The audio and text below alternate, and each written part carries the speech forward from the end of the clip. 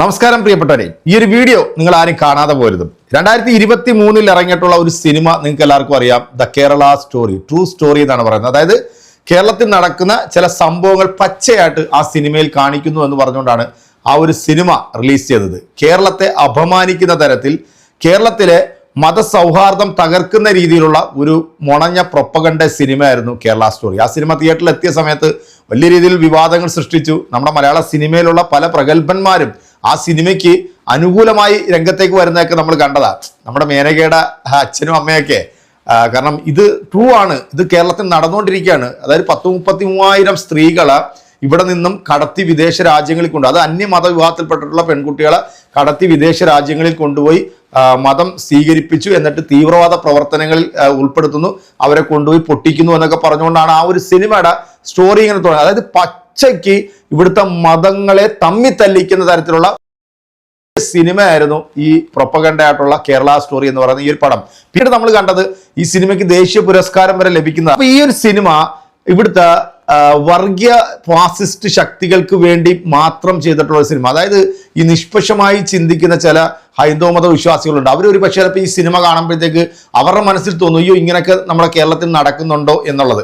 ശരിക്കും ഈ ഒരു സിനിമ ഉണ്ടല്ലോ, തമിഴ്നാട്, അതായത് ദ തമിഴ്നാട് സ്റ്റോറി എന്നൊക്കെ പറഞ്ഞുകൊണ്ട് ഈ ഒരു സിനിമ തമിഴ്നാട്ടിലെങ്ങാനും വന്നിരുന്നുണ്ടല്ലോ, സ്റ്റാലിൻ എന്ന് പറഞ്ഞ ആൺകുട്ടിയില്ല, പുലിക്കുട്ടി, കാലേ വാരി ഉമാരൊക്കെ നിലത്തടിച്ചിരുന്നു. കേരളത്തെ അപമാനിച്ച ഈ ഒരു സിനിമ കേരളത്തിൽ റിലീസ് ചെയ്തപ്പോൾ തന്നെ നമ്മുടെ സകലമാന മറ്റത് അങ്ങ് പോയി എന്ന് വേണം പറയാൻ. കാരണം ഗീർവാണമൊക്കെ മുഴക്കാൻ എല്ലാവർക്കും സാധിക്കുമല്ലോ. കേരളത്തെ അപമാനിക്കുക എന്ന് പറയുമ്പോൾ കേരളത്തിലെ മുഴുവൻ ജനങ്ങളെ അപമാനിക്കുന്നത്, അത് ഹിന്ദുവെന്നോ മുസ്ലിമോ ക്രിസ്ത്യാനിയൊന്നും ഇല്ല. പിന്നീട് ഈ സിനിമയെ അനുകൂലിച്ച് രംഗത്ത് വന്ന നമ്മുടെ മേനക ചേച്ചിയുടെയും മറ്റേ അണ്ണന്റെയും മകള് ആരെയാണ് കെട്ടിയെന്നൊക്കെ ഉള്ളത് നമുക്കറിയാലോ അല്ലെ. അപ്പൊ അതൊക്കെ അവിടെ ഇരിക്കട്ടെ. അപ്പം ലവ് ജിഹാദ് നമ്മുടെ കേരളത്തിൽ വ്യാപകമായി നടക്കുന്നുണ്ട്. മോശമായി ഈ സിനിമ ചെയ്തു വെച്ചപ്പോൾ കേരളത്തിലെ ഭൂരിപക്ഷം വരുന്ന ജനങ്ങൾ ആ സിനിമയെ തള്ളിയതാണ്. വീണ്ടും ദ കേരള സ്റ്റോറി 2 എന്നും പറഞ്ഞുകൊണ്ട് മറ്റൊരു സിനിമ കൂടെ ഈ വരുന്ന 27-ാം തീയതി റിലീസിനായിട്ട് ഒരുങ്ങി നിൽക്കുകയാണ്. അതിൻ്റെ ഒരു ട്രെയിലറും കൂടെ വന്നിട്ടുണ്ട്. അപ്പൊ നമ്മുടെ കേരളത്തെ അതേപോലെ അപമാനിച്ചിട്ടുള്ള മറ്റൊരു വേട്ടാവളിയനുണ്ട്.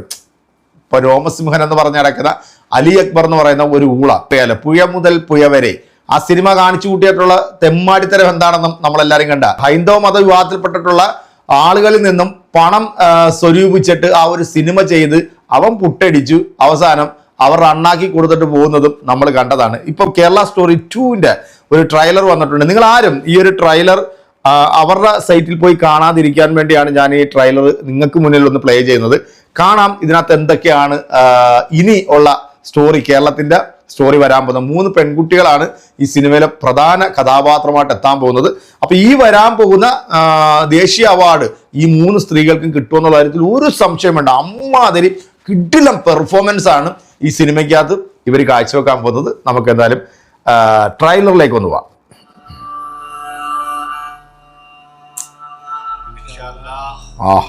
अगले 25 साल में पूरा भारत एक इस्लामिक स्टेट होगा। കറക്റ്റ്. पूरे भारत में शरिया लागू होगा. അതായത് ഇനിയൊരു 25 വർഷത്തിനുള്ളിൽ ഇന്ത്യ എന്ന് പറയുന്നത് അതൊരു ഇസ്ലാമിക് സ്റ്റേറ്റ് ആയിട്ട് മാറാൻ പോവുകയാണെന്ന് ആദ്യം തന്നെ ആ ഒരു പ്രൊപ്പഗണ്ടയിലാണ് ഈ ഒരു ട്രെയിലർ തുടങ്ങുന്നത്. ഇനിയാണ് ബാക്കി കാണേണ്ടത്.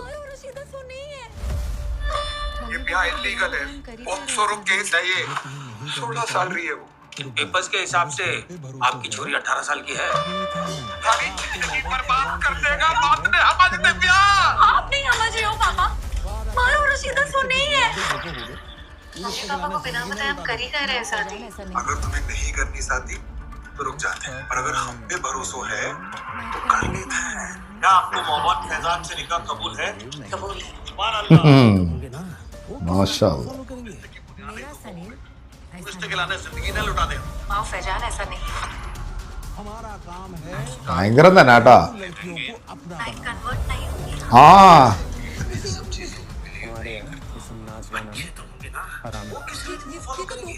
मेरा सलीम ऐसा नहीं। എന്റെ സലീം അങ്ങനല്ല.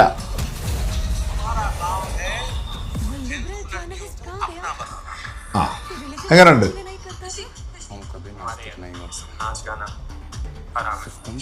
ये तो धोखा है। पढ़ाऊंगा तारीख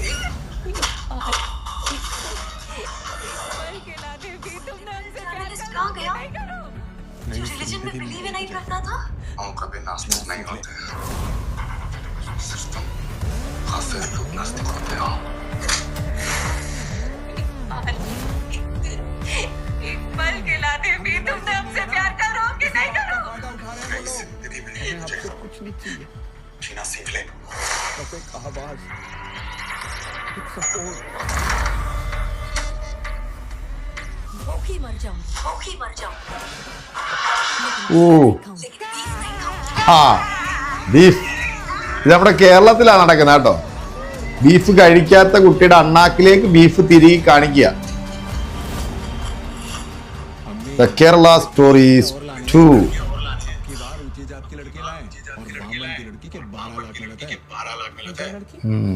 जो खर्च करवाया उसका तुम्हें याद नहीं का? वसूली कर वो।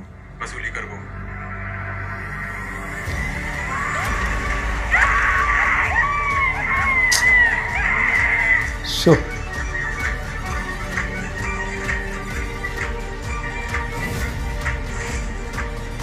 27th ഫെബ്രുവരി സിനിമ റിലീസ് ചെയ്യാണ്.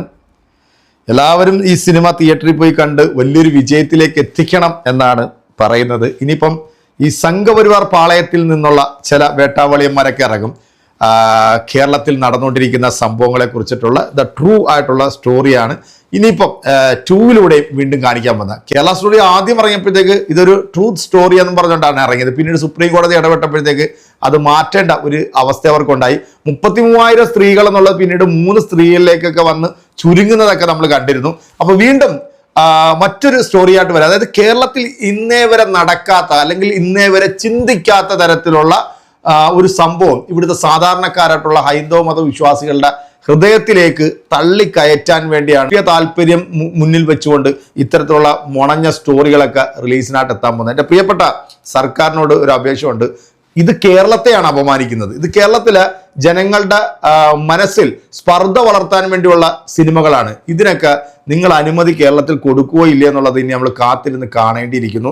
എന്താണെങ്കിലും ഇതിൻ്റെ ഫസ്റ്റ് നമ്മൾ കണ്ടതാണ്. അതിൻ്റെ ആ ട്രൂ എന്നുള്ളതൊക്കെ മാറ്റിയപ്പോൾ പിന്നീട് കേരളത്തിൽ റിലീസ് ചെയ്തു. ശരിക്കും ഇതൊക്കെ എനിക്ക് തോന്നുന്നു കാണണ്ട എന്ന് പറയുന്ന ആൾക്കാരുണ്ടെങ്കിലും ഇതൊക്കെ കാണണമെന്നുള്ളതാണ് എൻ്റെ ഒരു അഭിപ്രായം. കാരണം ഇതൊക്കെ കണ്ട് ഇവിടുത്തെ ജനങ്ങൾ മനസ്സിലാക്കണം ഈ സംഘപരിവാർ വേട്ടാവളിയന്മാർ എന്താണ് നമ്മുടെ നാട്ടിൽ ചെയ്യാൻ ഉദ്ദേശിക്കുന്നത്, അല്ലെങ്കിൽ എന്താണ് അവർ പറയാൻ ഉദ്ദേശിക്കുന്നത്. 25 വർഷത്തിനുള്ളിൽ ഇതൊരു ഇസ്ലാമിക് സ്റ്റേറ്റ് ആയിട്ട് മാറും. അതായത് കൺവെർട്ട് ചെയ്ത് ഈ ഹൈന്ദവ മത വിശ്വാസികൾപ്പെട്ടിട്ടുള്ള സ്ത്രീകളെ നമ്മുടെ മതത്തിലേക്ക് കൺവെർട്ട് ചെയ്ത് കൊണ്ടുവരണമെന്നാണ് ഇസ്ലാം പറയുന്നത്. ഇങ്ങനെ തെറ്റായിട്ടുള്ള പ്രൊപ്പഗൻഡായിട്ടുള്ള ഈ കാര്യങ്ങളാണ് ഈ സിനിമയിലൂടെ വീണ്ടും ഇവിടുത്തെ ജനങ്ങളിലേക്ക് തിരികാൻ വേണ്ടി ശ്രമിച്ചുകൊണ്ടിരിക്കുന്നത്. എന്തായാലും എൻ്റെ പ്രിയപ്പെട്ട പ്രേക്ഷകരെ, ഈ ട്രെയിലർ കണ്ട നിങ്ങൾ ഇതിന് കൃത്യമായിട്ട് നിങ്ങളുടെ കമന്റുകൾ നമ്മുടെ കമന്റ് ബോക്സിൽ അറിയിക്കുക. അപ്പോൾ അടുത്തൊരു വീഡിയോ ആയിട്ട് നമുക്ക് വീണ്ടും കാണാം. അതുവരെയ്ക്കും എല്ലാവർക്കും the Kerala story true story വീണ്ടും വരുന്നുണ്ട്. കാത്തിരിക്കാം. ബൈ.